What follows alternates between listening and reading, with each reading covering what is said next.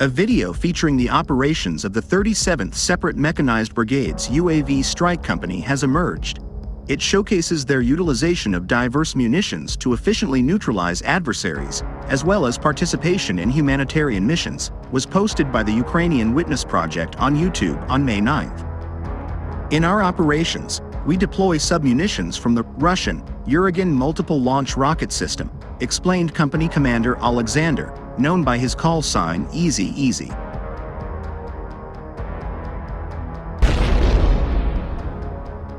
These munitions pose a threat not only to our positions but also to civilians. When some fail to detonate, our sappers remove and dismantle them. Afterwards, we return these unexploded ordnances to the enemy. Fragmentation mines can be utilized for drops, stated pilot Oleksandr, known by his call sign Zhulyk, as he describes the use of mortar shells by his unit to engage the enemy. We also customize them for our operations, including 120mm, 69mm fragmentation mines, and so on.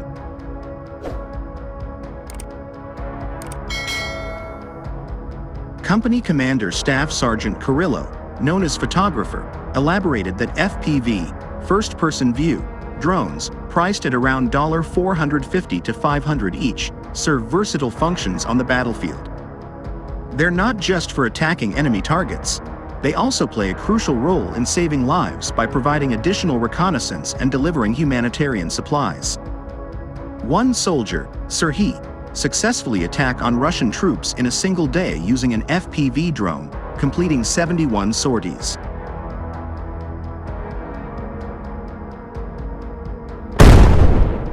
Company soldier Serhiy, known as Boka, managed to deliver 69mm fragmentation mines to the Russian position in one day with an FPV drone, and he made 71 sorties, and during combat missions, Boka hit 8 targets, said Zhulyk.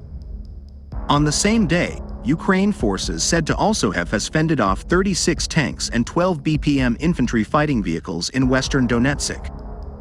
And Russia has lost up to 20 armored vehicles in a single failed attack in Ukraine's western Donetsk region, Ukrainian troops have claimed.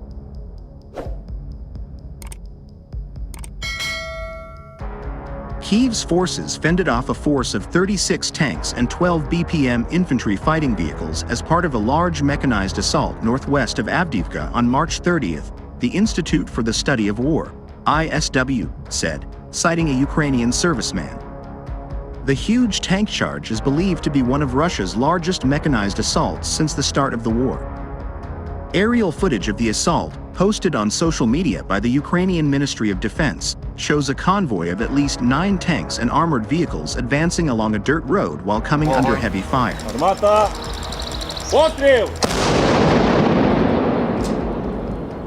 Ukrainian paratroopers from the 25th Airborne Brigade repelled a massive Russian attack near Donetsk village. The ministry posted, as a result, Ukrainian warriors destroyed 4 Russian tanks and 2 IFVs. Ukrainian military bloggers reported that the footage posted by the ministry only captured part of Russia's losses, with the anonymous serviceman stating that a total of 12 Russian tanks and 8 armored vehicles were destroyed during the assault.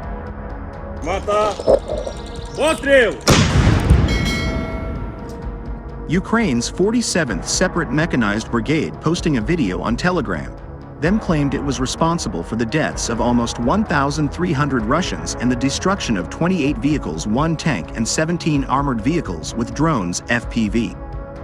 In separate footage, a soldier can be seen striking a Russian tank with a Javelin missile. Syczeslaw paratroopers destroyed an enemy tank along with its crew, the brigade said.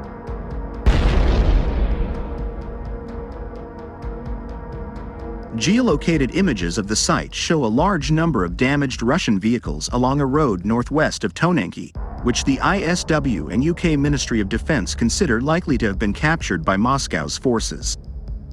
The settlement is located 8 miles west of Avdiivka, which was seized by Russia in February in its most significant territorial advance since the capture of Bakhmut in May 2023.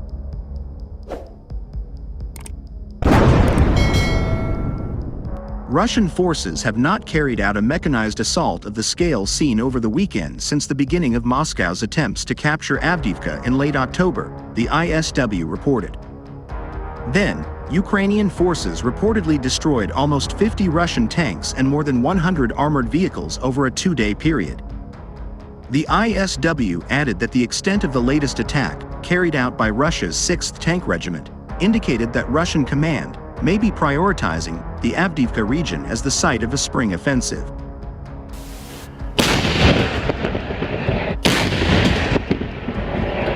Meanwhile, a Ukrainian captain operating near Kyiv said his platoon has shot down every Russian drone it has encountered, despite having what he describes as antiquated guns. Zhulyk's Kalashnikov assault rifle was made in 1989, he said, the same year the Soviet Union withdrew from Afghanistan. While Yevhen Dolin, a soldier in the brigade, uses a World War I designed M2 Browning machine gun mounted on the back of a pickup truck, per the outlet.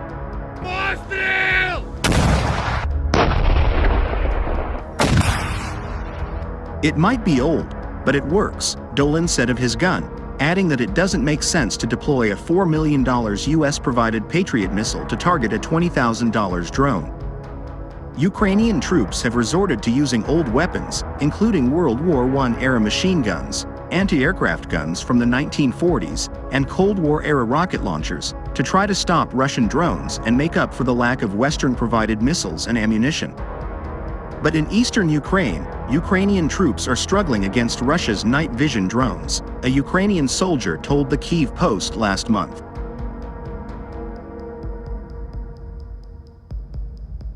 The task of protecting Kyiv's skies has also become more difficult, with Russia painting its drones black, making them harder to detect, Zhulyk told media. Ukraine is waiting on significant resources from the US after Republicans in Congress agreed to a $61 billion military aid package. In the meantime, Russia is exploiting Ukraine's weakened air defense systems before supplies make it to the front lines, according to an assessment from the Institute for the Study of War.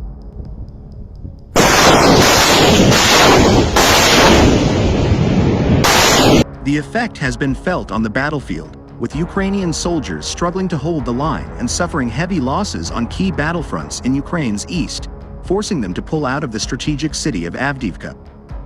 Asked whether Ukraine could still win the war, Zhulyk told media it was a difficult question and that they needed more air defense systems. For now, we have to ration our bullets. A lot depends on our Western partners, he said.